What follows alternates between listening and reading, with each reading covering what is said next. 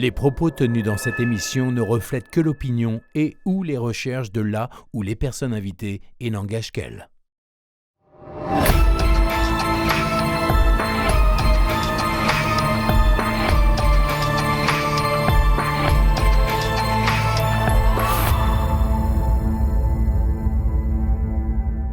Le sixième sens est-il une bénédiction ? Depuis bientôt 10 ans que j'interroge des médiums, je me suis souvent posé cette question. Et elle est légitime quand on sait que la plupart du temps, ces facultés d'hypersensibilité, de clairvoyance, de clairaudience, de clairsentience arrivent dès le plus jeune âge. Comme dans le film du même nom, le sixième sens peut faire peur et engendrer des cauchemars chez des jeunes gens qui ne sont pas forcément armés pour les vivre, les gérer et encore moins les maîtriser. Sixième sens, bénédiction ou malédiction, c'est inédit avec Esteban Frédéric. Alors bienvenue dans Face au Mystère.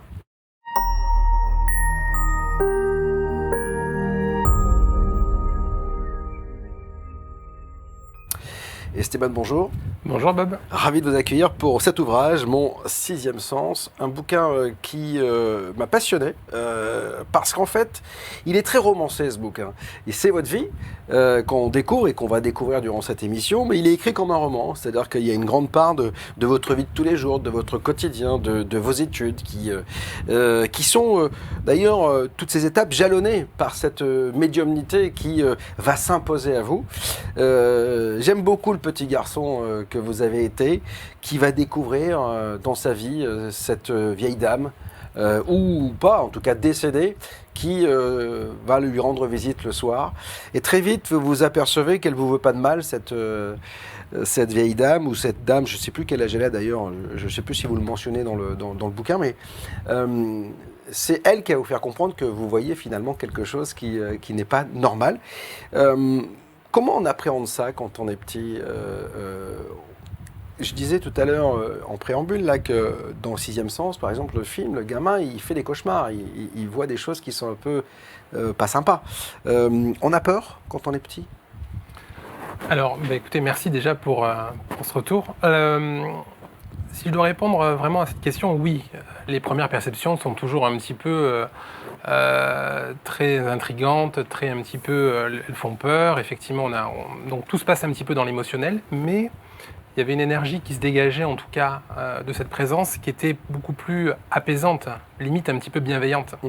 Donc du coup, ça m'a rapidement mis un petit peu dans une forme de confiance, parce que quand on a 4 ans, ce qu'on recherche, c'est surtout un petit peu de créer de l'émotion finalement un peu avec les gens un petit peu autour de nous.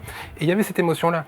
Et donc du coup, disons que j'ai été mis dans le bain, on va dire, avec plutôt une âme, entre guillemets, je dirais bienveillante, et avec qui j'ai pu commencer un petit peu une forme de dialogue, et qui a été en fait un petit peu mon initiation dans le monde de la médiumnité.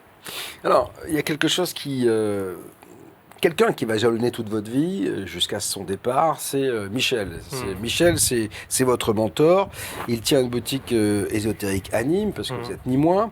Et puis, vous êtes intrigué par cette boutique. Vous passez souvent devant sans oser rentrer dedans. Et puis, un jour, vous rentrez.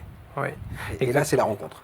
Et là, c'est la rencontre, oui, parce qu'avant de rentrer dans cette boutique, comme je le dis d'ailleurs dans le livre, ça a été beaucoup de mois, il a vraiment fallu que je sorte de ma zone de confort, vraiment pour rentrer dans cette boutique, parce que je sentais que j'étais happé, attiré, comme s'il y avait quelque chose qui devait se passer à l'intérieur en fait de ce lieu. Ouais. Et finalement, ça a été un peu mon lieu d'étude, un petit peu le collège ou le lycée d'un étudiant, je dirais, sauf que moi, c'était des études, on va dire, un petit peu assez atypiques. Des études ésotériques. Ouais. Il va vous prendre sous son aile, il est très affectueux, il s'appelle Pichoun. Voilà, il y a un lien qui se crée, c'est-à-dire qu'il vous énerve autant qu'il vous fascine, parce qu'il y a des moments, vous voulez plus vite que la musique, et il va vous donner le tempo.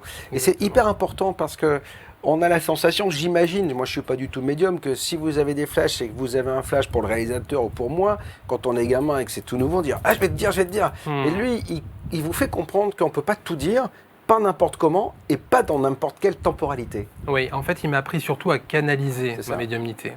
Et quand on est jeune, on est souvent en impulsivité, on a besoin d'exprimer les choses. Et justement, lui m'a appris vraiment à pouvoir gérer cela.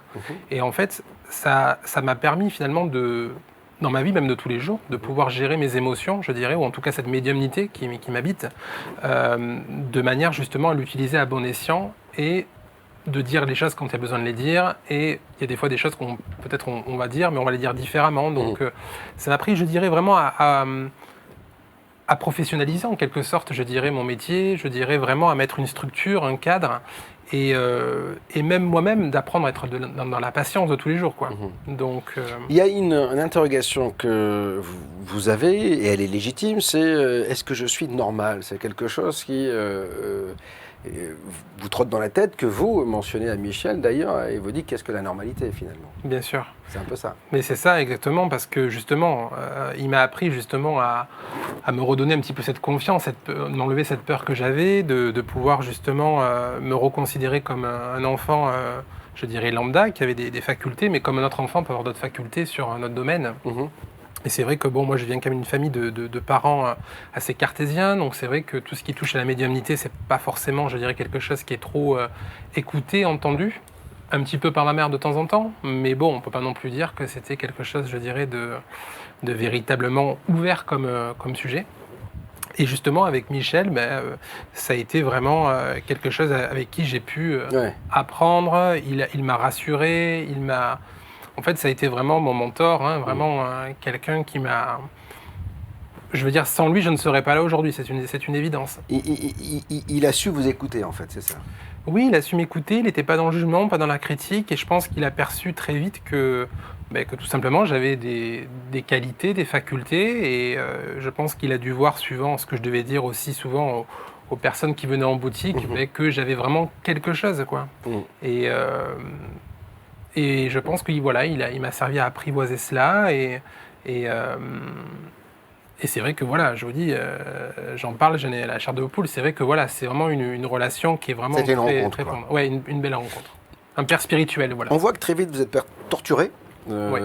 Torturé parce qu'en fait, c'est pas c'est pas ce que vous choisissez. Vous êtes musicien, vous êtes très bon musicien, visiblement. Vous allez faire d'ailleurs une expérience assez dingue d'incorporation d'un musicien célèbre lors d'un concours, lors d'une présentation. Vous vous abandonnez complètement, c'est-à-dire que c'est plus vous, on le sent, on a la sensation que c'est plus vous qui jouez, que c'est le musicien. Et ça vous effraie un peu quand même, vous vous dites, parce que là vous vous dépassez, quoi. C'est-à-dire que c'est plus vous, quoi. Alors oui et non, en fait, parce que c'est quand on joue du piano, quand on apprend n'importe quel instrument, je dirais pratique, les premières années sont les plus difficiles parce qu'on est dans la technique, on regarde ce qu'on fait, on est vraiment dans la phase un petit peu il faut on n'est pas dans le lâcher prise. On n'est pas dans le lâcher prise. Arrivé à un moment donné, écoute, à force de répétition, tout ça, petit à petit, on arrive un petit peu à lâcher prise. Et ce jour-là, effectivement, c'est une œuvre que je connaissais du bout des doigts. Et j'avais cette émotion avant de monter sur scène, j'avais quelque chose comme si je me sentais happé par quelque chose qui me sortait un petit peu de moi. Et en interprétant cette œuvre, je me suis surpris à ne pas jouer, mais interpréter l'œuvre comme je pense le compositeur le souhaitait ou le voulait au moment où il a composé cette œuvre. Donc c'était une œuvre de Chopin, nocturne. Et du coup, c'est ça aussi la voyance. C'est-à-dire que on voit souvent des tarologues, je dirais des cartomanciens qui apprennent les cartes par cœur. Mais je veux dire, la médiumnité, pour qu'elle vraiment puisse se diffuser, il faut se lâcher du support. On a vraiment besoin d'avoir un support qui soit assez simple, je dirais, une lecture en fait assez simple, pour justement se laisser porter vers vraiment la médiumnité, vraiment le ressenti profond qu'on peut avoir. Alors, ce concours se passe, les gens sont hystériques parce que vous êtes complètement envoûté par Bizet, c'est ça? Ou Chopin? Chopin, pardon. Chopin, ouais. Chopin, et en fait, c'est pas vous qui jouez presque, c'est Chopin par vos mains qui prend le contrôle presque, ou alors je sais pas si c'est une incorporation, en tout cas une fulgurance qui vient de sa part et qui voit et qui fait qu'à un moment donné vous êtes un virtuose ce jour-là, puisque les gens se lèvent et vous applaudissent, etc. Alors que vous mentionnez votre allure un peu de gaffette qui arrive, qui est pas forcément dans les clous, dans les codes, etc. Et on voit que finalement le talent prend le dessus et fait tomber les barrières. Et seul le talent perdure et se voit. Ça, c'est très intéressant, mais ça va vous perturber parce que, bien sûr, vous allez épouser cette carrière en tout cas ces études de piano, parce que ça va vous accompagner jusqu'au Conservatoire de Lyon, où vous dites que vous vous ennuyez en fait. Et c'est là que les choses commencent à se bousculer dans votre tête. On va en parler dans quelques instants. Mais vous allez vite comprendre aussi avec Michel, et j'aimerais que vous m'expliquiez pourquoi, c'est qu'on ne peut pas voir pour soi quand on est voyant.